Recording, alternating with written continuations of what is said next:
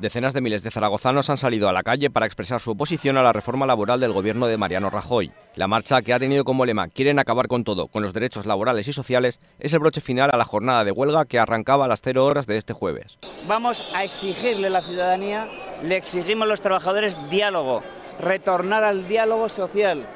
No puede actuar de parte unilateral de los empresarios dándoles carta blanca. Tiene que buscar el equilibrio, el acuerdo y el diálogo para salir de la situación de grave crisis que tiene este país. Si no, se avanzará por un clima de cada día mayor confrontación social. Además de oponerse a la reforma laboral, los convocantes han pedido al Gobierno central que rectifique y encuentre el consenso entre todas las partes. Los trabajadores hoy, con este seguimiento masivo, con las calles llenas de indignación y de protesta democrática, estamos diciendo al Gobierno que tiene que sentarse a negociar, que tiene que rectificar, que tiene que hablar. Hoy, con este éxito de la huelga, los sindicatos, comisiones obreras y UGT, seguimos insistiendo en la necesidad de un pacto por el empleo y por la recuperación económica, que acometa de una forma consensuada y equilibrada una salida a esta situación tremenda de crisis. La manifestación ha empezado en la Plaza de Paraíso y ha concluido en la Plaza de Europa, donde los líderes sindicales han leído un manifiesto.